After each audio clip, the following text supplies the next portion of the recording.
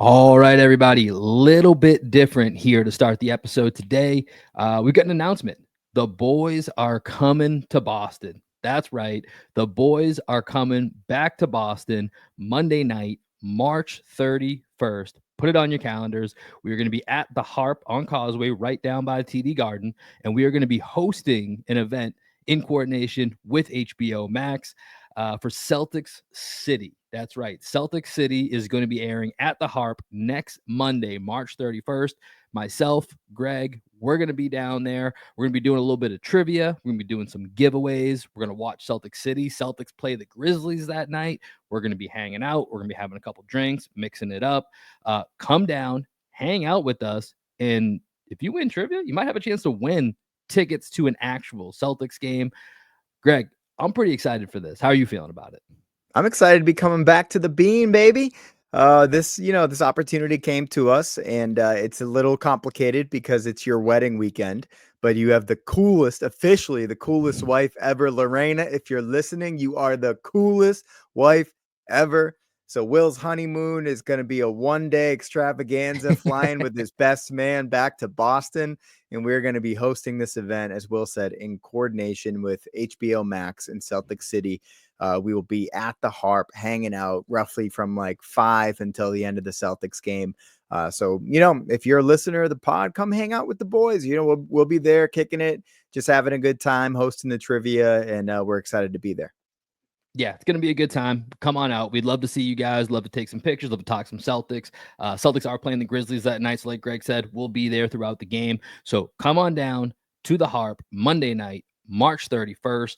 Trivia starts right around 6 o'clock. So if you want to win some Celtics tickets, make sure you are locked in with us. We'll have more for you guys leading up to that here. So as always, make sure you guys are staying locked in here with your boys here on Green with Envy.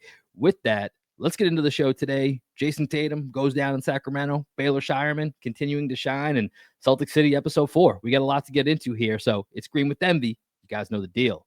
Let's lock in.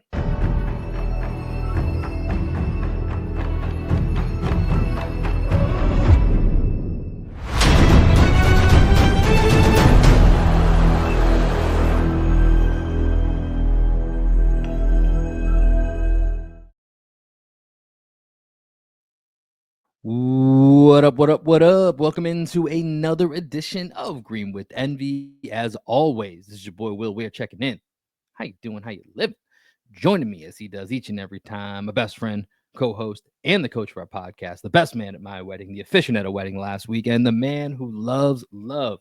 It's the one and only, Greg Menegas. Greg, you got a whole lot of love conceptual festivities that are just happening in your world these days.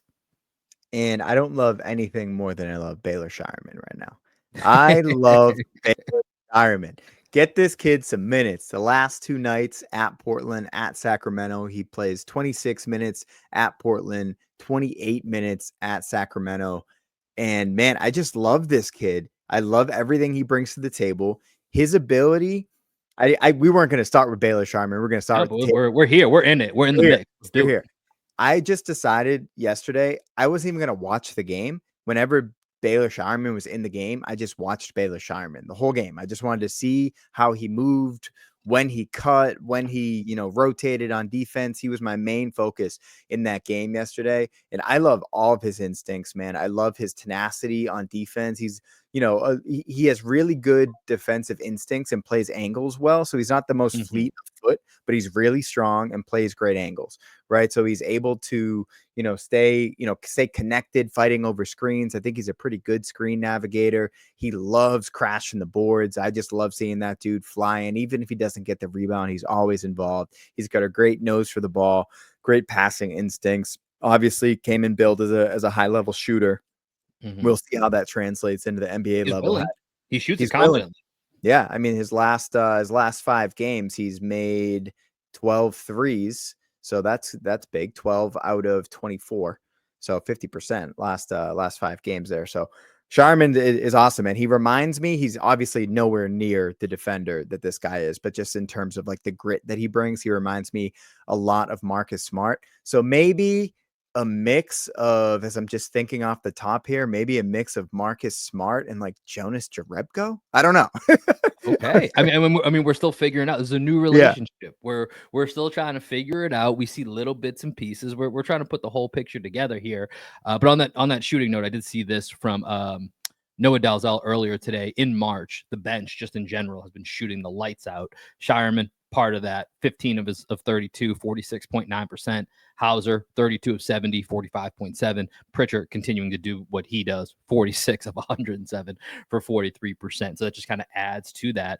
But Greg, something I started to think about earlier today as I was going through some of these Baylor Scheierman highlights for this year.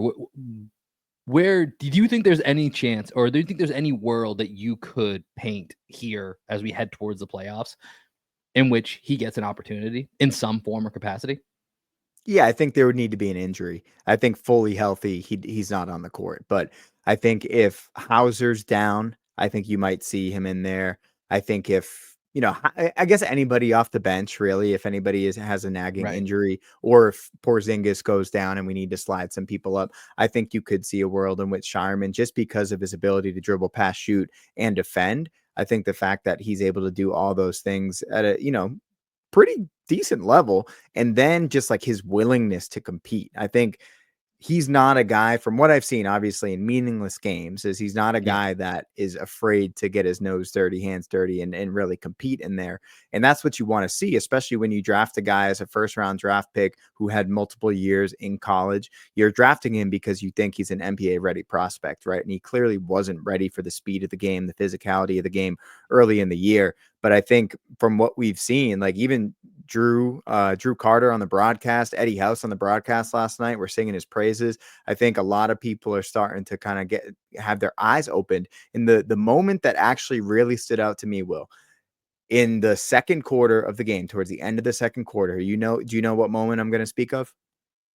I do not. I watched this game kind of in highlights, bits and pieces. So tell Okay. me. So towards the end of the second quarter, Baylor Scheierman defends a pass on the sideline, and he knocks the ball out of bounds. But immediately he signals to Joe Mazzulla, like, challenge that, challenge that. Baylor Scheierman, the rookie, is doing the finger Yeah. wag, right? And Mazzulla literally did not hesitate. The moment it happened, he said, let's review that call.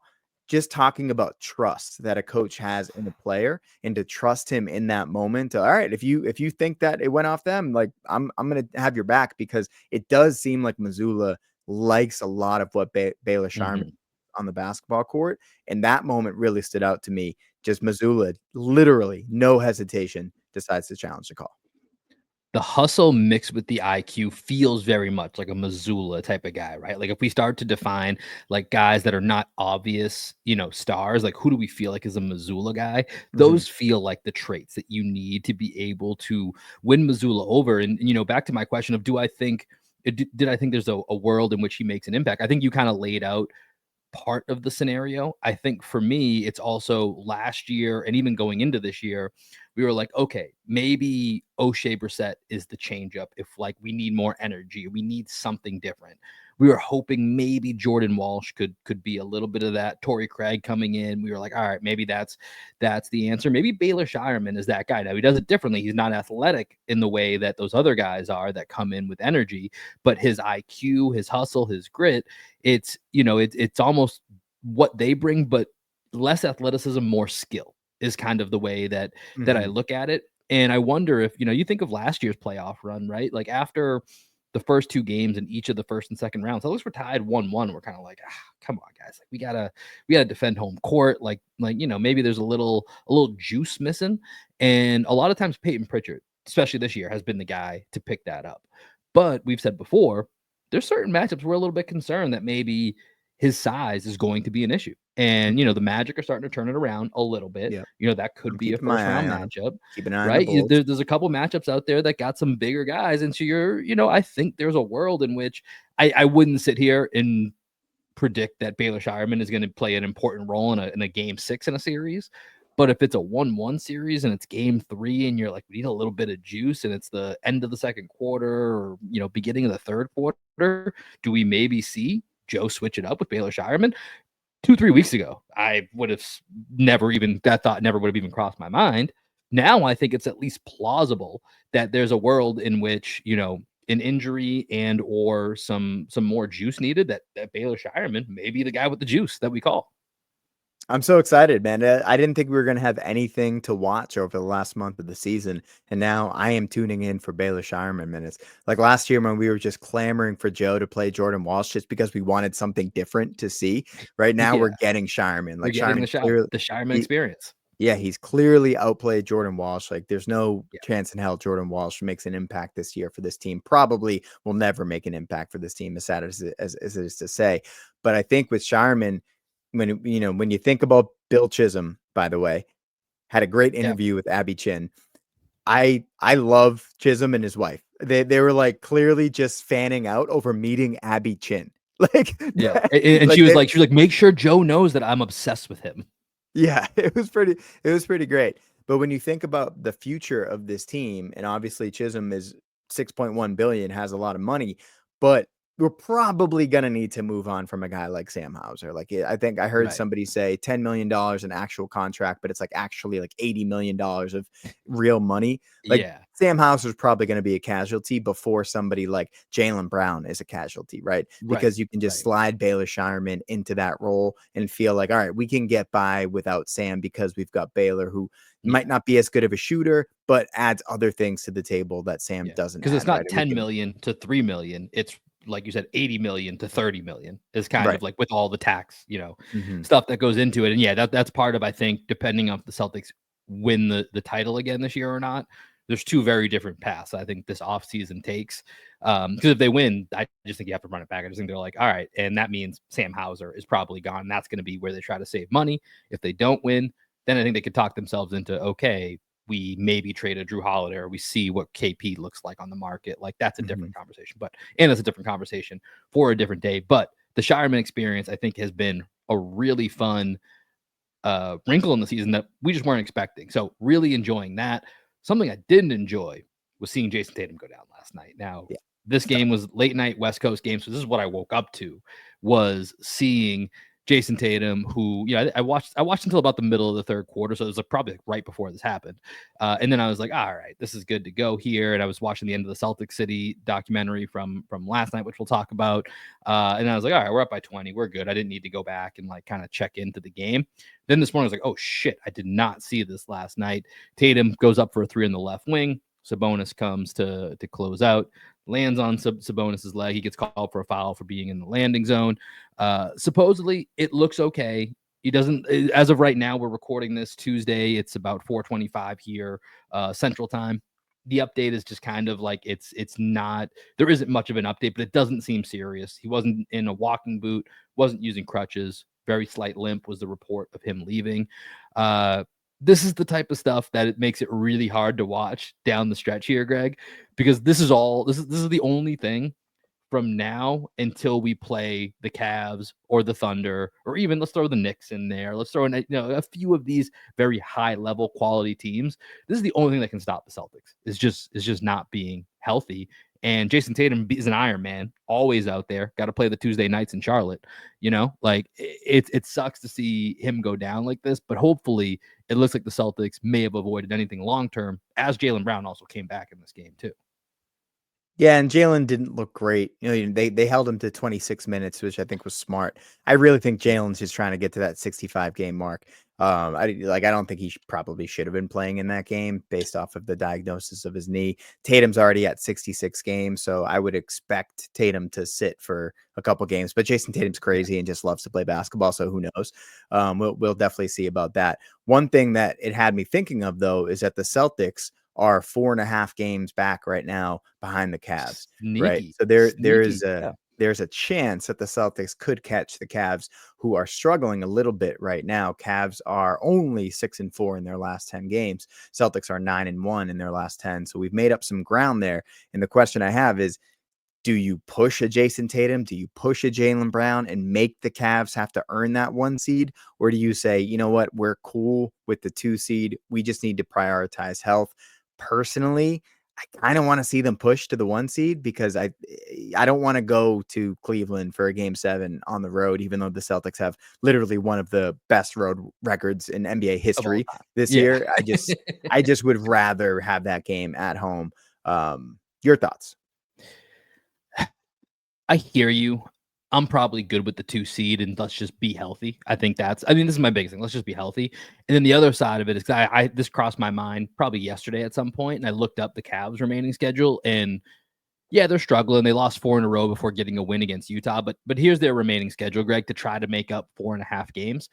Cleveland has at Portland, home to San Antonio, at Detroit, versus the Clippers, home to the Knicks, at San Antonio, home to the Kings, home to the Bulls, at the Pacers, at the Knicks, home to the Pacers. So they've got a few tough games in there, but again, Knicks, they're probably kind of locked into that 3 seed. They're also probably more, or they should just be more concerned with getting Jalen Brunson healthy, Yep. making sure Mitchell Robinson stays healthy. That should be their priority over wins. The Pacers that they play a couple times and the Pistons in there, like those are a couple games where they're fighting for that 4, 5, 6, and that's a real battle right there, depending on what those teams are looking for.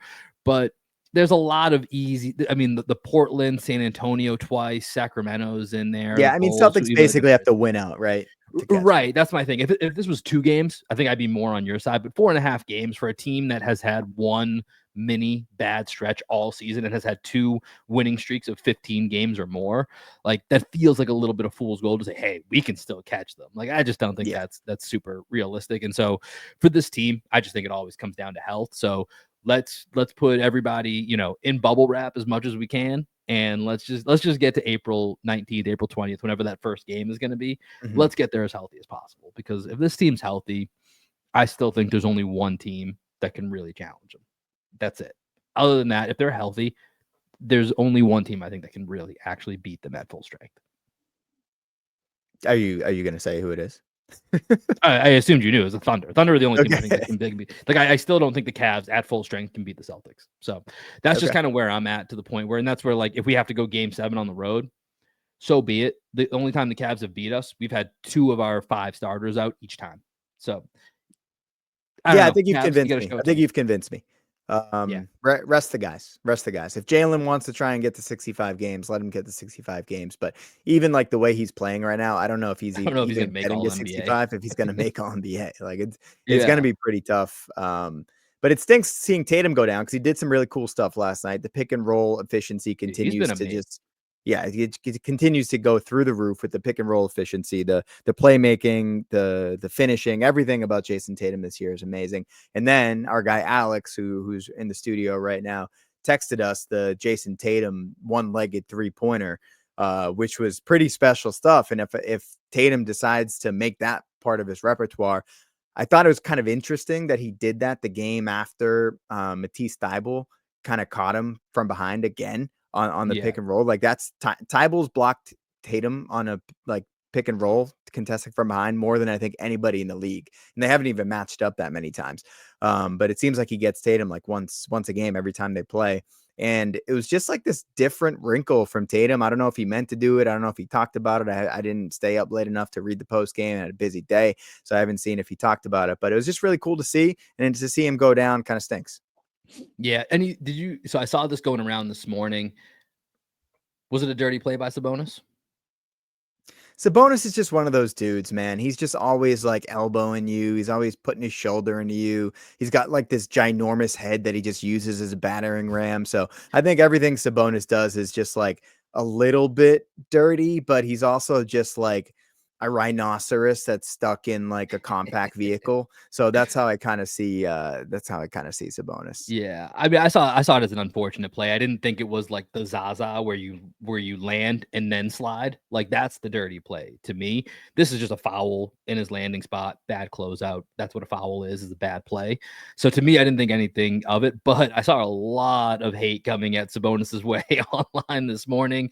A lot of Draymond should have stomped him harder. Now I'm on Draymond's side, stuff Mm. like that. So it was interesting to just see, everybody come out, but it's Jason Tatum's our guy. So I get it. It makes sense. You got to go defend him. But Celtics coming up here, game on Wednesday against the Suns. a few more games here on this road trip, and then it will end Monday night against the Grizzlies, which is a reminder, mentioned at the top. Come join us at the Harp downtown, right across from the Garden. We will be there to watch that game live, as well as the Celtics City documentary, which is airing on HBO every Monday night at 9 p.m. Eastern. And Greg, the latest installment went down last night, Chapter 4, Great Hope, period. The story centering around the arrival of Larry Bird here. Again, another episode, just continuing to enjoy and finding out, these little tidbits here and there. Like the Celtics practice facility was really pretty interesting to look at, just how shitty it was, and then compare it to the Auerbach Center today. Was there anything from the episode that kind of jumped out to you? One thing that I'm really enjoying about this documentary, and this is not paid, this is what I actually think. Uh, I think with the documentary, what they've really done well is they haven't just shown the highlights, right? The Bird era, whenever you think about it, all you see are like the championships and the high moments. Mm-hmm. The Havlicek era, it says Havlicek stole the ball. You don't see all the down moments. And I think it's done a really good job of showing, especially telling the story of the city and the tumult that was in the city. I think with Larry Bird, you don't really understand that there were many years that they struggled. Like the issue with Bill Fitch, I thought was really revealing. Yeah. Bird was the only person that voted for him to remain on the team, and they, after that first championship, they had a couple years where they just didn't play well, and that's something I kind of didn't really think about, the actual idea of following a team day to day, seeing them win a championship, and then having multiple years where they underachieve and lose to the Mm-hmm. teams that they beat before. Like, you always think about teams getting over the hump and then they're just good, right? And it reminded me of the Yeah. Celtics team. Like, they got over the hump with the Heat seemingly, but then they lost to the Heat. You know what I mean? Like, Mm-hmm. it's these things that happen to teams when you're following them day to day, that is just real. And this is stuff that happens. And in a very reactionary society, it's cool to kind of see those moments of ups and downs. Yeah, and I like the focus of how really the first part of the 80s, the Sixers were the rival, not necessarily the Lakers, Right. right? Like it Yeah. was it was that Sixers rivalry with Dr. J, with Andrew Toney, the Boston Strangler, Daryl Dawkins, like that was the era. And obviously, once again, the old school footage is still just amazing. Cedric Maxwell literally flying crossbow to a guy and then he stays in the game. Just amazing stuff. It also feels like at the end of every single game in the old Garden, right now we're in March. It's March Madness. A lot of college basketball. I always think of teams that storm the floor after a big win. Every fucking playoff game is this just storming the court every single time. Doesn't matter if it's game 5, if it's game 6, if it's the conference finals, if it's the NBA finals. Just Boston fans in the 80s, 70s, 60s. This was just like a thing that they did every single game, was storm the court. So really enjoying getting to see all of that. One other part that I think really stood out to me, Greg, is so the year that Larry Bird comes in, right? 79-80 was his rookie year. The year before that, and like you said, we get to see in this documentary some of the lows in between all of these, just 60s and 70s and 80s were just filled with championships. It's like, no, there's some rough times in there. They didn't last super long, but there were rough. And so the year before Larry Bird came in, that Celtics team was 29-53. And so that made me think of a lot of the team that we talk about all the time here, is that 07-08 team where the Celtics bring in Kevin Garnett and Ray Allen, two future Hall of Famers that are maybe not in the apex of their prime, but in the tail end of their prime, pair it with Paul Pierce here. And that team, the year before that they came, were 24-58. The next year, we know the deal, 66-16 in the regular season, go on to win the NBA championship. Honestly, probably even more impressive without a championship is that Celtics team, the first Larry Bird as a rookie, comes in with pretty similar roster to what they had the year before. Minus him, Gerald Henderson was also a rookie on this team. And they go to 61-21, and they eventually lose in the conference finals to the 76ers. But to go from 29 wins to 61 wins with adding one rookie to your Mm-hmm. roster. The Celtics that we love so much added two Hall of Famers that were in there in the tail end of their prime. Right. Like, that is still mind-blowing to think about, and obviously, very different era of basketball, different time. Larry's coming in as, as a 4-year college guy. He's a little bit older, but still, that type of impact. Like, I'm just trying to think of how much would people lose their minds if Cooper Flag comes in next year and goes to the Wizards and they go from 21 wins to 61 wins. Can you imagine what that would look like today? Well, I think it's actually what's more interesting to me because that is crazy. Larry Bird was obviously one of the most supremely confident basketball players of all time, infamous trash talker. But Yeah. when Bill Fitch asked him how many games he thought he was going to win in the documentary, Bird wrote down 75, and they only ended up with 61. So did he underachieve? Will, that's the real Yeah, question. But that's I, true. I You got think to what look at it what that way. what's more interesting to me is just in the team building, right? When you go from 29 wins to 61, is that what it was? 29 to Yep. 61. Hmm. And then in the off season, and correct me if I'm wrong here, the chronology is the off season, they make the trade in order to get Robert Parrish and Kevin McHale. So to go from 29 wins to 61 wins and then have the gall in the off season to say, you know what, 61 wins isn't good enough. We're going to go Right. ahead and expedite this process, and we're going to go get Robert Parrish. We're going to trade the overall pick number 1 overall pick in order to get Robert Parrish and then Kevin McHale with the number 3 selection. I thought that was just genius team building by Red. Celtics don't like number one picks. Celtics love trading number one picks to get Hall of Famers. Don't trade with the Celtics when they have a number one pick. That seems to be the recipe, a la Jason Tatum and Markelle Fultz here all Oof, did these you years see later. Markelle With Fultz, the man? He connection. did not look good last night. He looked chubby. He didn't look great at all. It's been rough for Markelle, man. I really thought for a stretch there in Orlando, he kind of found like a niche as like, oh, this guy's a real solid rotation guy. He's not going to be Mm-hmm. the Markelle Fultz number one pick. Right. But yeah, it's not great, man. I feel bad. I liked Markelle, but yeah, it's just not great. But Celtic City documentary, man, continues to kill it. Obviously, I think at this point it is now they've kind of set the stage, and we're going to get to a lot of the Larry and Magic, the Lakers Celtics Mm-hmm. rivalry that really picks up from kind of that 84 to about 88 stretch. Yep. So we're going to get a lot of those meat and potatoes coming up here in this next episode. But I feel like each time, and I'm enjoying some conversations that I'm having with people like at work that are watching this as well.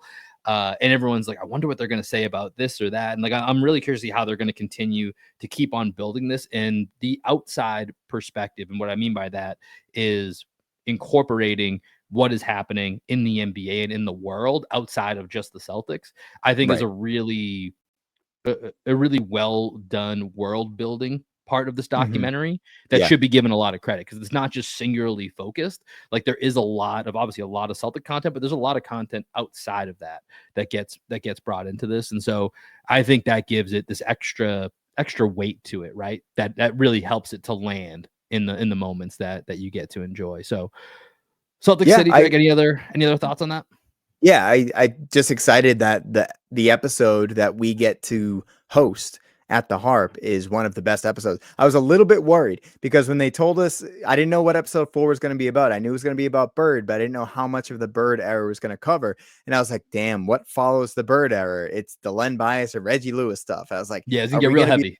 are we going to be hosting an event that just covers Len Bias and Reggie Lewis's death? Because that would have been tough. But Yeah. instead, we're hosting an event that covers the glory of the Bird years, and super excited. Once again, shout out to HBO for trusting us to host this event, and we're excited to fly back to Boston for it.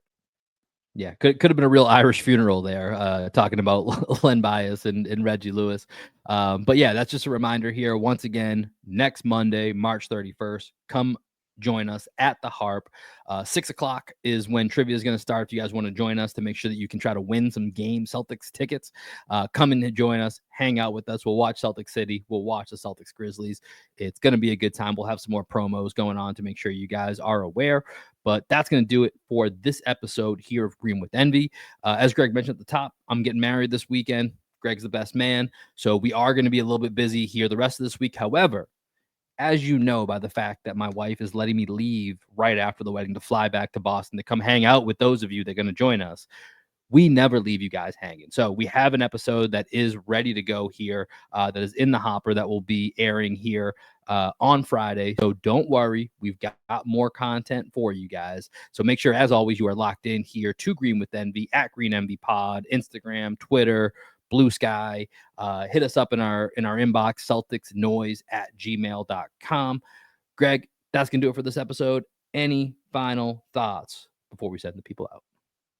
Shout out to you for your upcoming nuptial. Shout out to my guy Daryl and Kaylin Ubroy that tied the knot. I officiated their wedding over the That's past right. We didn't weekend even in get to talk Comfort, about that. My Texas. bad. We've got a lot going on here. It's all good, man. It's all good. We can talk about it in person off air. But it was a really good time, and love the both of them. I don't know if they're listening to the pod right now, but if they are, love you both. Hank threw a great wedding. Let's see, other people that I met. My guy Mike, Daryl's little sister's fiance, is a big Celtics fan, so I told him about the pod. We'll see if he tunes in, hits me up. He might come to the event on Monday. But that's all I got, Will. Love is love, baby. Enjoy love, baby. And we will catch you guys later. Peace.